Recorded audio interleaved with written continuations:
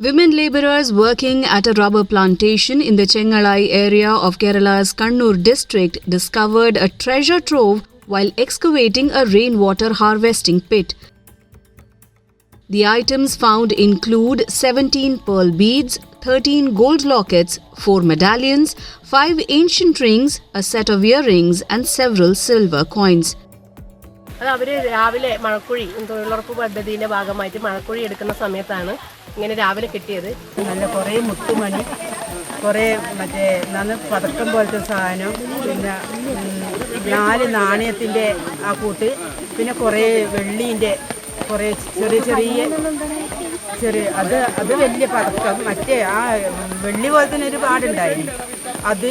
പിന്നെ ഓൾസുള്ള 2 സാധനമുണ്ട്, 2 കമ്മൽ, 2 കമ്മൽ, അതിന് നേറ്റലായിട്ടുള്ള നല്ല 2 കമ്മലുണ്ടായിരുന്നു. നല്ല കാണാൻ നല്ല വെയിറ്റും ഉണ്ടായിരുന്നു. After being informed of the discovery, police rushed to the spot and collected the jewels and coins, which were later produced before a local court.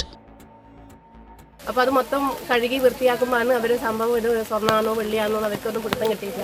അപ്പോൾ അതും പഞ്ചായത്തിലേക്ക് വിവരം അറിയിക്കുകയും അതിൻ്റെ ഭാഗമായിട്ട് നമ്മളത് അതിനെപ്പറ്റി പ്രസിഡന്റുമായി ആലോചിച്ച് തീരുമാനിച്ച്.